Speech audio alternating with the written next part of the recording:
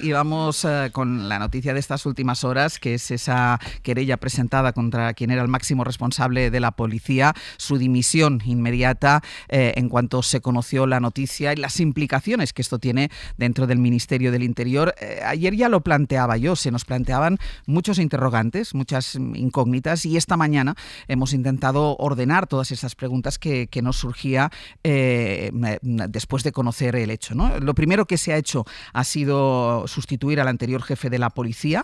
La sustituta es sustituta en funciones, es DAO en funciones, porque va a tener que haber un nombramiento oficial por parte del ministro del Interior, y de momento esta persona que está en funciones, esta DAO que está en funciones, es la comisaria Gemma Barroso, que es la subdirectora general de Recursos Humanos. Javier Bañuelos, buenos días. ¿Qué tal, Ángeles? Buenos días. Vamos a ordenar todo lo que tenemos y vamos a empezar precisamente por este nombre, porque además es un nombre que es clave en este asunto. Esta comisaria, Gemma Barroso, fue, según el abogado de la víctima, la primera en todo el cuerpo policial en tener conocimiento de la querella por la presunta agresión sexual.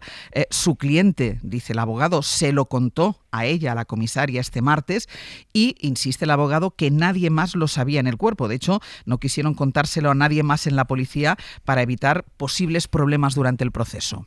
Sí, la víctima quiso llevar este caso con el máximo hermetismo para evitar, nos dicen, que su denuncia le perjudicase. De hecho, en estos 10 meses, esta inspectora de policía ni siquiera se lo comentó a sus propios compañeros ni a su círculo de confianza dentro del Cuerpo Nacional de Policía, porque estaba aterrada.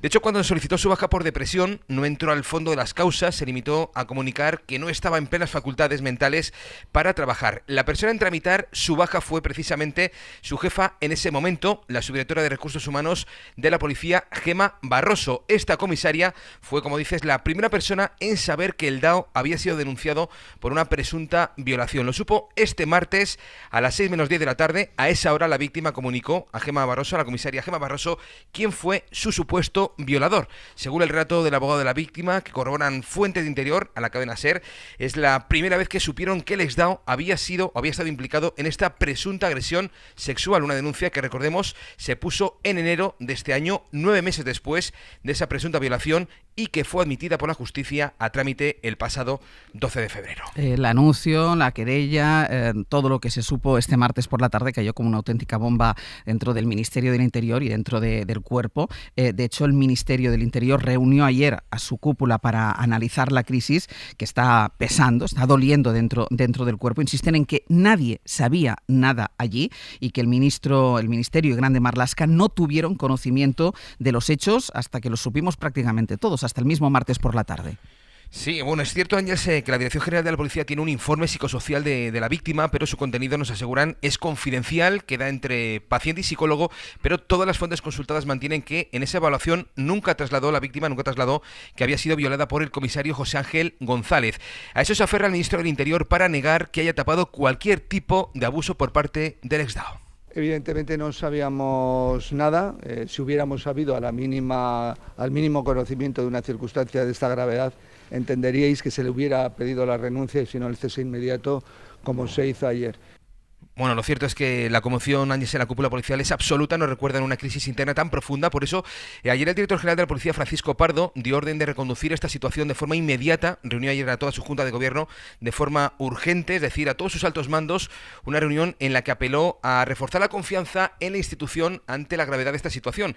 El primer paso, como decías antes, ha sido cubrir temporalmente la vacante del director adjunto operativo, la comisaria Gemma Barroso, de la que estamos hablando, jefa hasta ahora de la víctima, se convierte de forma provisional en la nueva directora junta operativa, en la DAO, asume el cargo en funciones porque, hay que explicarlo, corresponde por escalafón, es la persona inmediatamente siguiente en ese escalafón al DAO. Por eso será el Ministerio del Interior el que elija en los próximos días al candidato definitivo entre todos los comisarios que se van a postular para ese puesto. Según nos trasladan fuentes de Interior, Fernando Grande Marlaska no quiere demorar mucho esa decisión.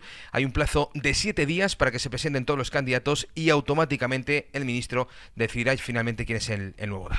Lo que sí ya hizo ayer el Ministerio es cesar a un comisario, al menos cesarlo temporalmente, que era la mano derecha del ex jefe de policía, del querellado. Este comisario es Óscar San Juan, que fue quien supuestamente coaccionó a la querellante para que no denunciara, para que no dijera nada. Sí, es una persona de la máxima confianza del comisario José Ángel González. De hecho, internamente, ¿no?, dentro de la policía se le conocía como el Minidao, porque iban juntos a todas partes, incluida esa comida de aquel 23 de abril, día de la supuesta violación. El Ministerio del Interior ha abierto una información reservada, es decir, una investigación interna contra este comisario Óscar San Juan, que de momento ha sido cesado automáticamente. Ahora mismo una de las principales preocupaciones en el Ministerio del Interior es intentar acotar esa onda expansiva de este escándalo. Su prioridad, nos dicen, es averiguar si realmente hubo altos mandos que pudieron tapar esa agresión, encubriendo al DAO y, como dices, pues incluso chantajeando a la víctima. Esa es la principal sospecha que sobrevuela a este comisario, al comisario San Juan, porque supuestamente, por encargo del ex-DAO, coaccionó a la víctima para que no denunciara a cambio de elegir un nuevo destino dentro de la policía. Aquella llamada, recordemos, se produjo en el mes de julio. Según el abogado de la víctima, hay una grabación de aquella conversación, una grabación que pretenden aportar al caso. El abogado, por cierto, ha pedido al juez que autorice a la Guardia Civil a realizar un análisis forense de todos estos audios para demostrar su autenticidad, anticipándose de alguna forma a la posible estrategia de la defensa que pueda emprender ahora mismo el exdirector adjunto operativo, el comisario José Ángel González. Maño, cualquier cosa o cualquier novedad que haya durante la mañana, nos la cuentas aquí, en el Hoy por Hoy. Gracias. Perfecto. Un abrazo. Hasta luego. Hasta aquí los hechos, hasta aquí lo que sabemos. Muchas de las cosas las sabemos también por lo que va contando el abogado de la víctima, que desde ayer lleva una tournée incesante por todos los medios de comunicación, contando de qué va la querella. También es verdad que ayer dijo el ministro del Interior, y luego hablaremos de ello, de la reacción del Partido Popular, pero es un tema que quiero aparcar. Cuando pedían su dimisión, él respondió diciendo: dimitiré si me lo pide la víctima, porque se ha sentido desprotegida. Y ayer ya amagó el abogado de la víctima diciendo, no, desprotegida o no, eso ya lo veremos. Lo que sí es verdad que no nos satisface la manera en cómo ha salido el jefe de la policía de su cargo, que dimitió y no fue cesado fulminantemente. Pero bueno, al margen de esto, Aroca, decíamos que hay muchas preguntas, pero yo creo que al final todo se engloba, dejando al ministro al margen, porque es posible que el ministro no lo supiera, pero nadie más en el cuerpo de la policía conocía, cuando teniendo en cuenta que no solo estamos hablando de la presunta agresión sexual, sino que estamos hablando de coacción a una policía. Sí. Bueno, hay 3 policías que sí lo sabían: el afectado, su segundo y la víctima, a la que espero que se le trate mejor que a otras víctimas recientes de casos más o menos similares, ¿no? Eso lo sabía. Y a partir de que lo supiera la subdirectora, pues ya hay otra persona más. Efectivamente, la querella se admite el 12 de febrero a trámite, y a mí me sorprende muchísimo que entre los policías, que en teoría son los que más saben de todos los comunes en este país, pues no hubiera trascendido nada. Ni siquiera el director general, que hay que recordar que no es policía. Es un civil. Es un civil. Pero no de la Guardia Civil, digo, por si alguien se confunde. Como tenemos la costumbre. Bueno, ayer se confundió el propio Marlaska en sus declaraciones al entrar al Congreso, dijo Guardia Civil. Pues es bastante común decir los civiles, ¿no?, para referirnos al cuerpo, ¿no? Por tanto, ahí hay cosas que fallan y que de momento son incomprensibles. Y claro, uno tiene derecho a suponer que si no ha habido un cierto secreto corporativo dentro del propio cuerpo para que esto no trascendiese a otras esferas, ¿no? Pero lo cierto es que cuando han trascendido se han tomado decisiones rápidas y oportunas, ¿no? Habría que ver también, a todos nos extraña, incluso respetando la confidencialidad del documento, que si esta señora, la víctima me refiero, se dio de baja por problemas depresivos, que no hubiera detectado a nadie por qué estaba deprimida. Bueno, dice que hay un documento, ahora lo acaba de contar Bañuelos, que hay un documento, pero eso forma parte del secreto profesional de su psicólogo. Pero aunque estamos hablando de policías, o sea, son los que lo saben todo de nosotros, que son capaces de decirnos cosas rarísimas, incluso que algunos de nosotros ni conocemos, pero lo conoce la policía. Por tanto, me sigue extrañando mucho, pero lo verdaderamente importante, en mi opinión, son 2 cosas. Primero, cada vez que hay un tema de violencia sexual, de agresión, de cualquier rango que comprenda la ley, siempre acudimos a los protocolos, ¿no? Oye, el protocolo del Partido Socialista, el protocolo del Partido Popular, aquí lo que ha fallado el protocolo de la Policía Nacional. y que no es la primera vez que falla el protocolo dentro de un cuerpo policial. No me voy a remitir a otros casos porque no es el momento, pero si uno repasa mentalmente y quiere investigar, verá como en otros cuerpos policiales también ha habido casos de acoso y mal resueltos, por cierto, y entre propios números y oficiales y suboficiales del propio cuerpo policial. Y lo otro que también me sorprende de una manera ya, digamos, más militante desde el punto de vista de militante en la democracia, no de militante en ningún partido, la deslealtad del DAO con respecto a su director general, que era su hombre de confianza. Eso yo creo que por lo menos tenía que haberle dicho: director general, me pasa esto, ¿cómo lo gestionamos? Y yo dimito ahora mismo. Estefanía. Sí, comentaba el compañero, ha dicho la expresión onda expansiva, exactamente. Yo creo que aquí lo que nos debe importar, pues como responsabilidad de un ministerio y de gobierno, es hasta dónde llegan los efectos o el conocimiento de este caso. Esto es lo primero de todo.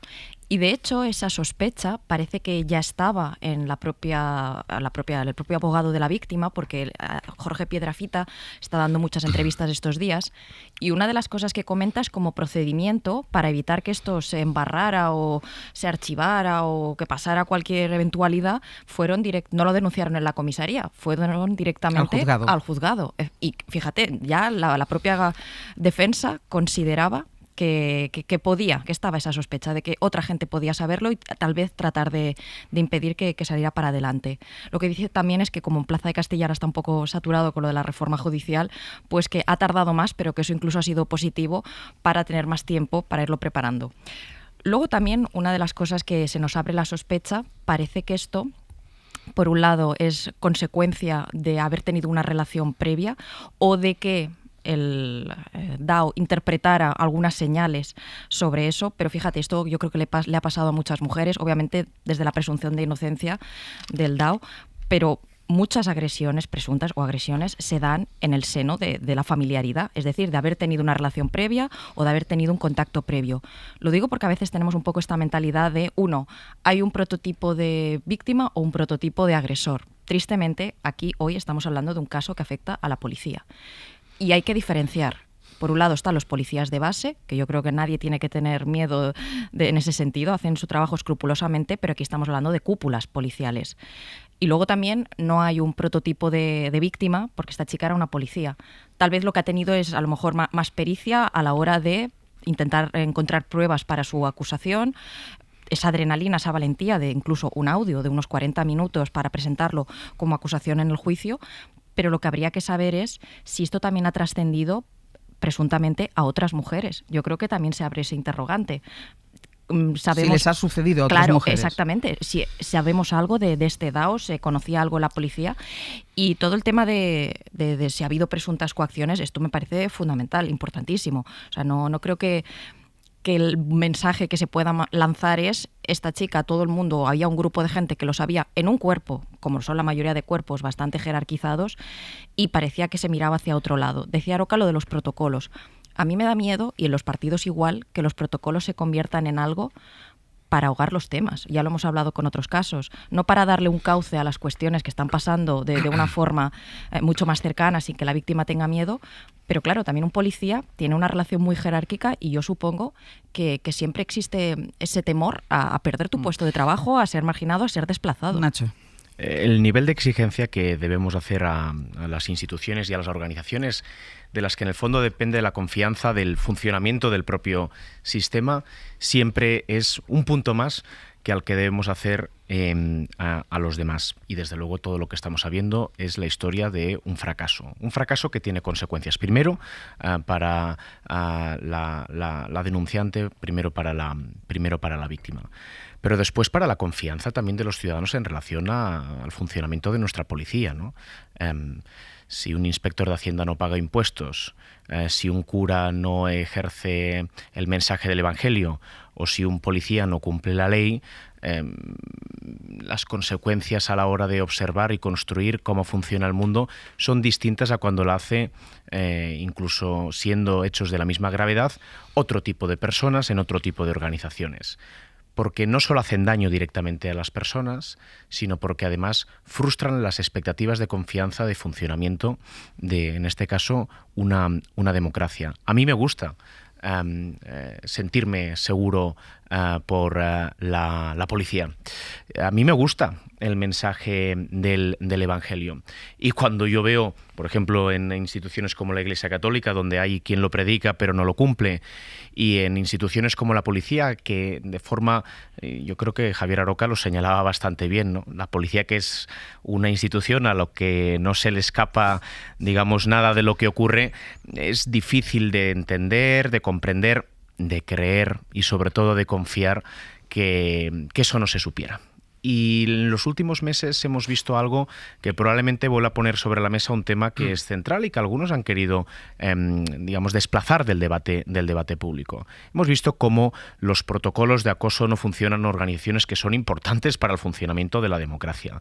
Lo vimos inicialmente en el caso del Partido Socialista. Lo hemos visto después en el caso del Partido Popular en la Comunidad de Madrid.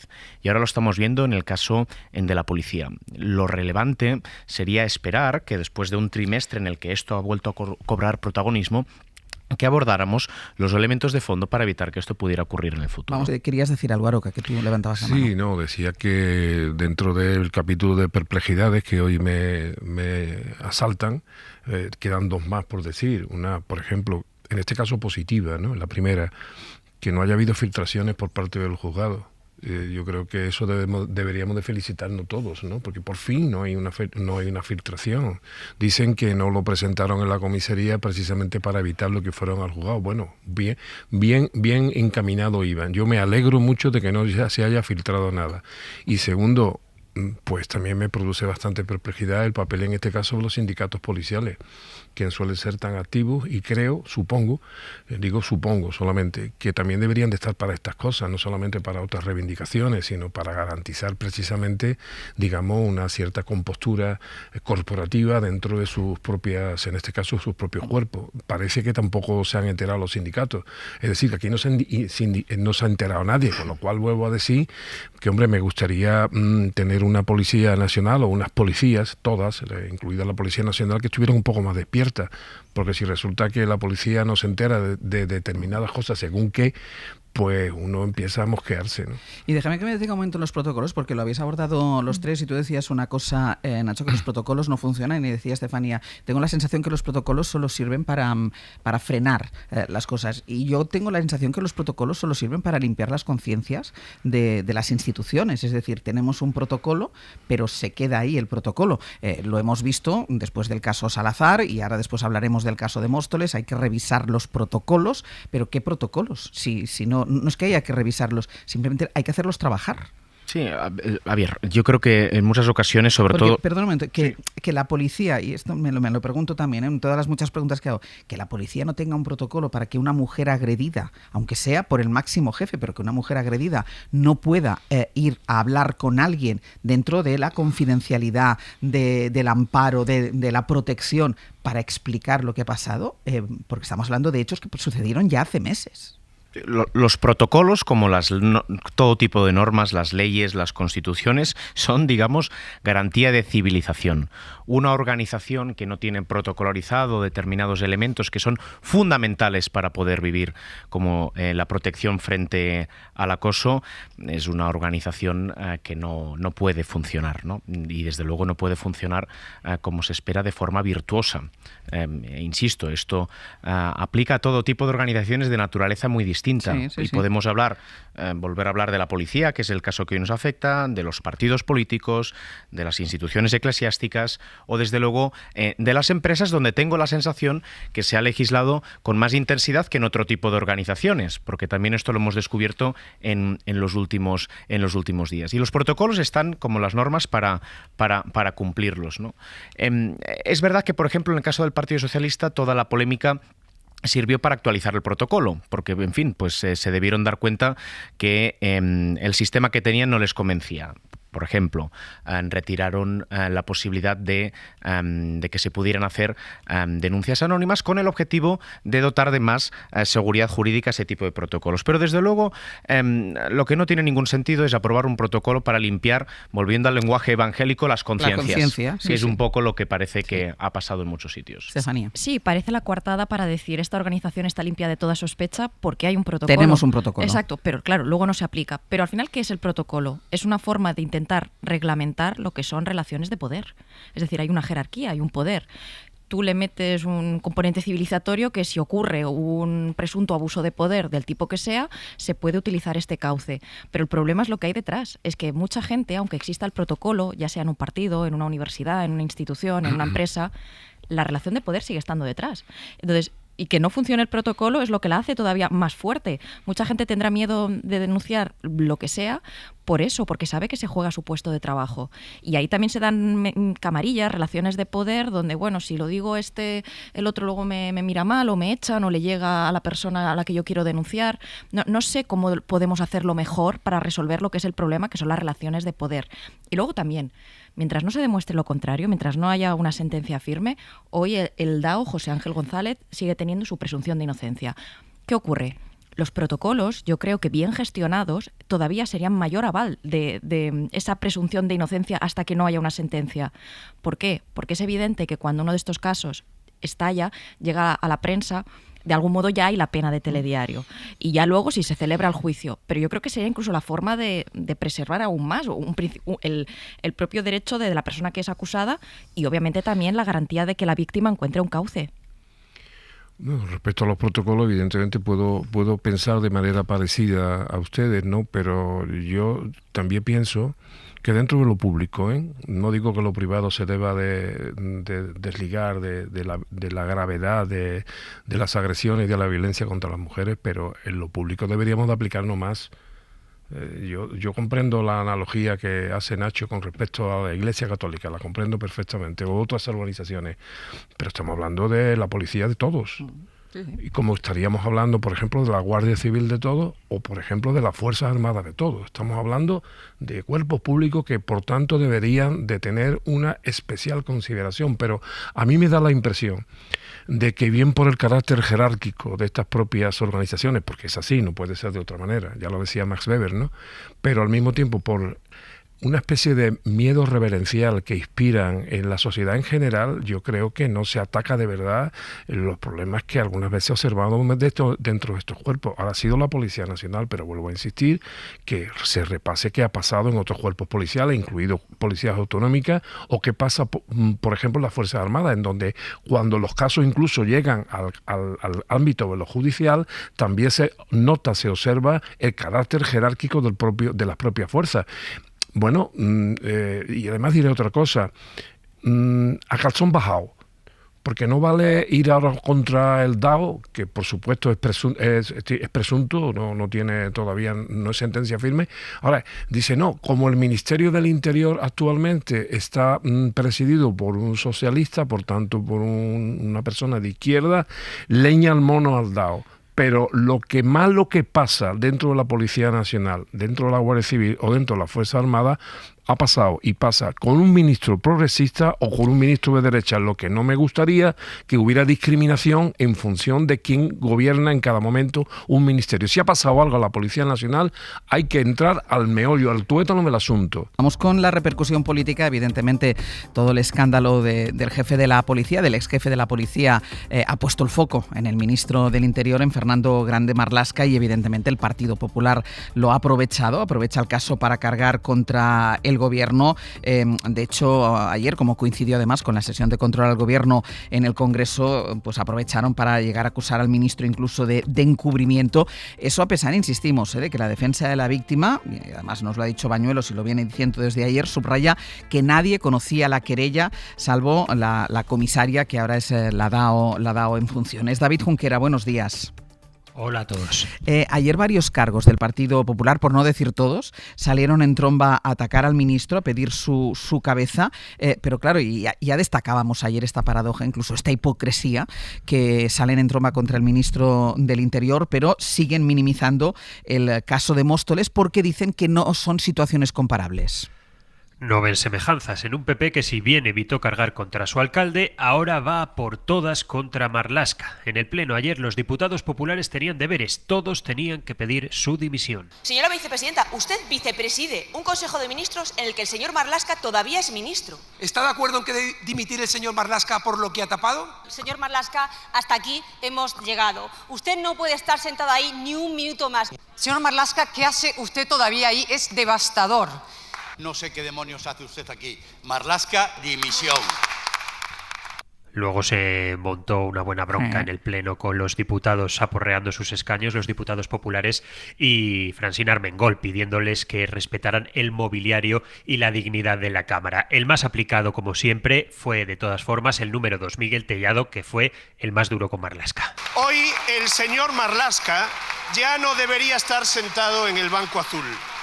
Son ustedes encubridores de presuntos delincuentes. Pudren todo lo que tocan. Señor Marlaska, da náuseas verle a usted sentado en el banco azul. El PP sostiene que Marlaska lo sabía y lo tapó. No aportan pruebas, pero dan por hecho que si la querella lleva un mes puesta, en Interior tenían que estar al tanto. Le dan toda la credibilidad al testimonio de la víctima. Y esto contrasta con lo que pasó en el episodio de Móstoles, cuando en plena investigación interna, Ana Millán, a la sazón número 3 de Ayuso, animó a la concejala denunciante a no acudir a los tribunales. Una actuación que nos reconocen fuentes de la cúpula popular no fue acertada y por la que señalan a la propia Millán. De todas formas, en el PP, como decíamos, no ven comparación entre ambos casos porque en Móstoles solo aprecian un posible acoso laboral que debería dirimirse en el propio ayuntamiento, y en lo del DAO ven un escándalo en el que no vale con la salida del presunto agresor, sino que hay que escalar incluso más arriba. Junquera, gracias. Gracias. Ante todo esto, ayer habló el presidente del Gobierno, Pedro Sánchez, que ya saben que está de visita en la India para dar total apoyo, respaldar completamente al ministro del Interior. El Gobierno y el ministro han actuado bien, decía Pedro Sánchez, y aprovechaba para dejar un recado al Partido Popular señalando, lo que acabamos de escuchar, la incongruencia de los populares que exigen a los demás los que ellos no hacen. Y creo que el Gobierno de España ha actuado con empatía, con coherencia y con contundencia. Y lo que le pedimos también, en este caso, al principal jefe de la oposición, es que haga lo mismo en una determinada ciudad de la Comunidad de Madrid y también con una determinada dirección política, en este caso de su organización, en la Comunidad de Madrid. Claro, yo decía hipocresía, pero es que me parece, después de haber escuchado otra vez a Tellado, me parece incluso demasiado suave la palabra hipocresía. Y es que además deben pensar que tenemos una memoria muy cortita, una memoria de pez, y que lo que pasa hace 3 semanas se nos olvida. No se nos olvida, y a los ciudadanos tampoco se le olvida. Y si por si acaso se le olvida, pues hay que ir recordándolo. Tienen el problema que tienen en Móstoles, donde no solo no le dan credibilidad a la víctima, sino que es que altos cargos políticos del Partido Popular de la Comunidad de Madrid conminaron a la víctima, empujaron a la víctima para que no denunciara. Es decir, ella fue a denunciarlo. Ella intentó seguir esos protocolos de los que hablábamos antes. La presidenta ni siquiera se reunió con ella, pero sí lo hizo su número 2, Serrano, sí lo hizo Ana Millán, y le fueron diciendo será peor para ti si denuncias. Ese caso no es nada, y en cambio el caso del DAO, que de momento hay la denuncia que es que ni siquiera está investigado, es querellado, para ellos tiene que dimitir el gobierno entero. Sí, efectivamente, y es esto un poco la idea de que parece que se está montando un relato alrededor de que esto son cosas del gobierno de Pedro Sánchez. Que esto solo pasa en el socialismo. Exactamente, y en la derecha estas cosas no pasan, por lo cual voto femenino huyan en masa hacia el Partido Popular. Bueno, pues este es un poco el relato que hay montado. Cuando en el caso de la concejal de Móstoles, clama al cielo porque recuerdo una crónica en El País, lo comentamos aquí, que explicaba la periodista algo así como: primero se dijo que esto no era verdad, se negó, pero luego ya lo hemos solucionado. Hemos solucionado algo que hemos negado. No ha pasado. Exactamente. Entonces, es un poco así. Yo creo que es lo de siempre. Por un lado, cada partido y cada casa debe cuidar de lo suyo, pero luego también tenemos un drama que es la estructuralidad de estos casos. Es decir, esto no entiende de ideologías. Mira, uno diría, pues esto solo pasa en ciertas ideologías. No, esto pasa tristemente en todo tipo de organizaciones, clases sociales, ideologías. La cosa es cómo se gestiona. Y en el caso de Ayuso, creo que siempre cuando ocurre algo de estas características, la tendencia es a tomar distancia de cualquier tema. Como que esto a mí no me salpique. Se ha producido con gestiones de otras cosas, cuando lo de las residencias, las víctimas reivindicando que nunca se reunía con ellas. ahora mismo con el tema de las universidades, no, ahora son cosas de los llamados, los llaman los pocholos. Luego hablaremos de ello. Estos son cosas de este clan. No, aquí lo que hay un tema es que hay gente también, luego lo hablamos, de derechas, que no ve bien esta reforma educativa que mina la universidad pública. Y ya por último esto esto es un caso ajeno, queda en mi órbita, a mi alrededor, no influye en el PP de Madrid. No podemos sostener esta hipocresía. Creo que el problema que tenemos con las agresiones sexuales o presuntas agresiones es que afecta todavía a la sociedad y es cómo hacemos que sea más fácil denunciar, que nadie se sienta desamparado y que las organizaciones tengan esa credibilidad y darle esa salida. Aroca. Bueno, primero un dato que es bastante obvio, digo por si a alguien se le escapa, y sobre todo a los opositores, ¿no? El DAO no es militante del PSOE. O sea, es que convendría, porque claro, en esta manera burda de hacer política del Partido Popular, de distinguir entre socialistas y no socialistas, meter la pata un día así. No es militante y no ha ido en ninguna listas electorales. Exactamente. En cualquier caso, ni siquiera creo que comulgue con esas ideas. Es un profesional de la policía, por cierto, en otros tiempos condecorado por el Partido Popular. O sea que yo creo que los policías hay que dejarlo al margen de la militancia. Este hombre si ha cometido algo que no es que sea presunto, es que es inocente hasta que no se demuestre lo contrario.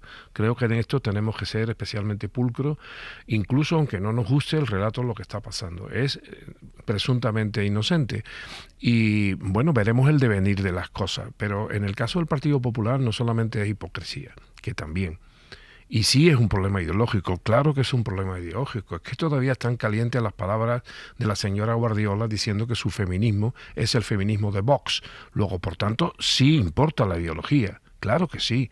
Como no todo el mundo tenía la misma posición con respecto a la medio fenecida ley del solo sí es sí. Claro que hay ideología, absolutamente hay ideología, pero en este caso además hay hipocresía, ciertamente, y hay otra cosa peor, y es tacticismo, porque piensan que la mancha de mora con otra de mora se quita, y el oportunismo de decir, bueno, como estamos hasta la coronilla, hasta el gaznate del caso Móstoles, pues bueno, esto nos sirve para empatar. No, en este caso no se empata, y por cierto, si podemos pensar por la analogía, que es muy práctico muchas veces para analizar situaciones políticas, si el Partido Popular, por lo que ha pasado con el DAO, pide la dimisión del ministro y sugiere incluso que la de todo el gobierno, con el caso del alcalde de Móstoles, ¿quién tiene que dimitir?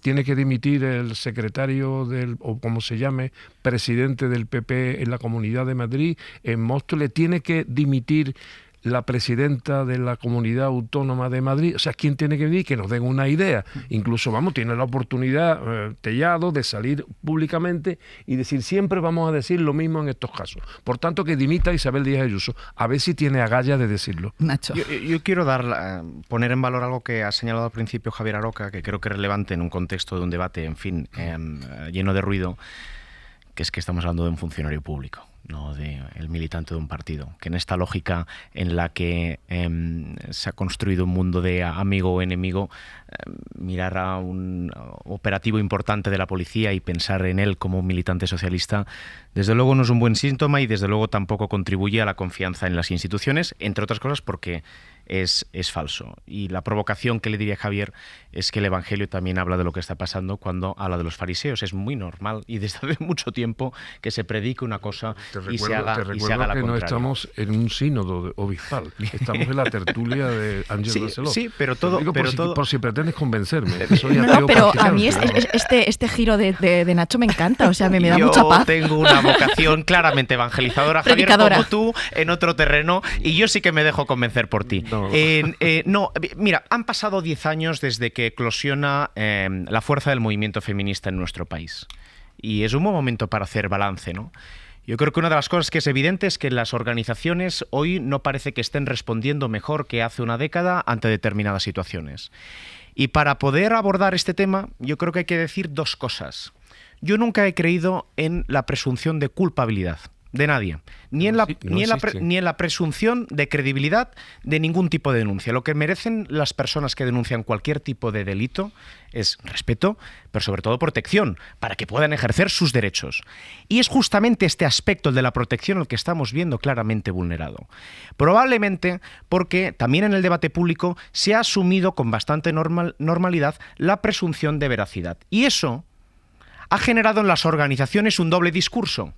Un discurso que, asumiendo que eso es lo que todo el mundo tiene sobre la mesa, evitan ni siquiera iniciar los procedimientos. Y debería ser justo al revés, justamente porque no hay presunción de veracidad, sino lo que hay es una protección a quien denuncia.